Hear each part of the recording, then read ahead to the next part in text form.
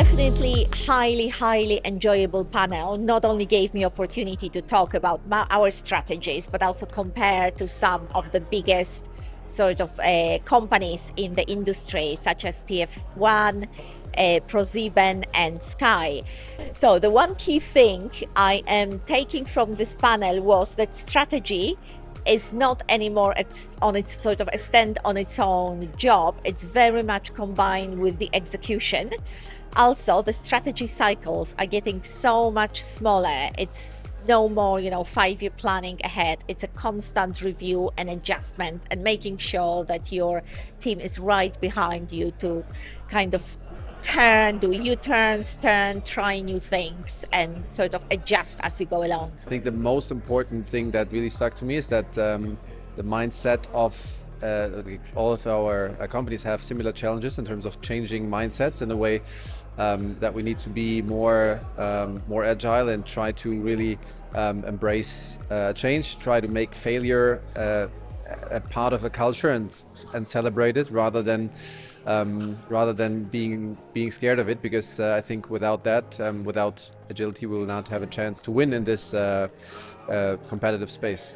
One of the biggest takeaways for me is really not just about the changes themselves and the strategies, but really like how organizations need to absorb that change. You can come up with a great strategy, but you need to get the organization behind it to really absorb it for execution to be successful. And so I think that comes through in like AI, the question about aligning the content and the data teams. Well, I think they had a good discussion around partnership, and I think that every broadcaster, and especially also public broadcaster, need partnerships to get the content out there.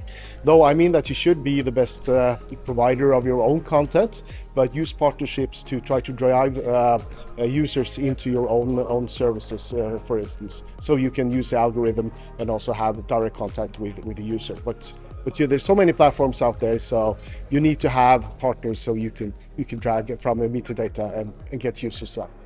Well, it's difficult, and especially if you are a commercial entity, I understand that it's more interesting to do more partnership because it's the economics in it. But for public broadcasting, we have another remit to fulfill.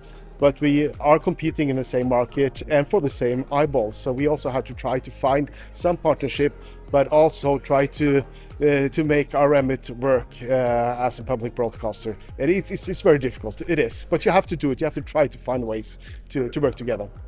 I think I've seen a few really good, interesting discussions today. I think it's really interesting to have such a broad cross-section of people from across the industry here talking about a really wide range of topics, really interesting stuff. For me, I really enjoyed the partnerships session just before lunch. It was really interesting to hear from ITV and Channel 4 and then some overseas broadcasters as well, all talk about how they are dealing with different or similar challenges and similar issues, but in slightly different ways. So it was really good just to get a different perspective across a range of different companies. At this conference, it was interesting to see how people are thinking about collaboration, partnership, and strategies, not just for their platform, but also for the others' platform as well. And the best part is everyone is keeping the user at the center, knowing that that's the one who is going to drive the engagement and revenue for them. This is the era of collaboration and partnerships are not going to work if they don't work with each other. And that's where the strategy comes into the picture, that churn is for everyone. Churn is not a new term. And what it's interesting to see that people are finding when they work collaboratively, they are sharing the data, they are sharing the information and making sure that the churn is reduced, engagement is improved, and at the end of the day, the experience of the end user is improved. It's amazing to see the panels and most importantly, the type of the people coming, sharing the strategies. This is the January month and it sets a kind of a tone for the year, how the partnerships and how the OTT streaming media industry is going to see the entire year. It's fabulous to see the new topics such as strategies, where people are talking not only about just one strategy, but they're also working collaboratively with their partnerships, which is a kind of a great opportunity to drive the content in the different regions. The strategists, I thought, was very good, particularly because where we are in the industry right now, strategy is not just a sort of nice to have, it's not an airy-fairy concept, it's almost existential now. So I think the most exciting thing for us today was our partner Manhattan actually launching their first IP-only set-top box, the Manhattan Aero 4K TV streamer.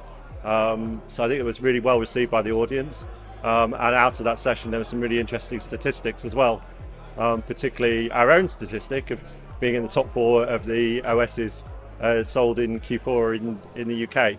But we're really excited about that product. So I think it's really opening up the opportunity for anyone to have a fully IP streamed television with ourselves and with our partners at Freely as well, to any TV in any room in your house, so long as there's Wi-Fi signal.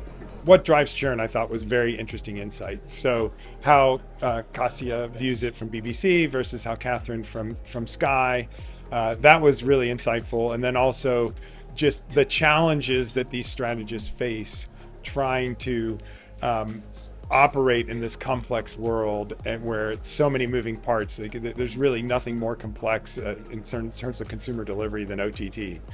Well, I think what's unique about it is that there's an opportunity to ask questions, and you're really surrounded by peers in the OTT space where you can really get those insights, have great moderators like from Candy Space today, and just it was my favorite panel, the strategist of day one.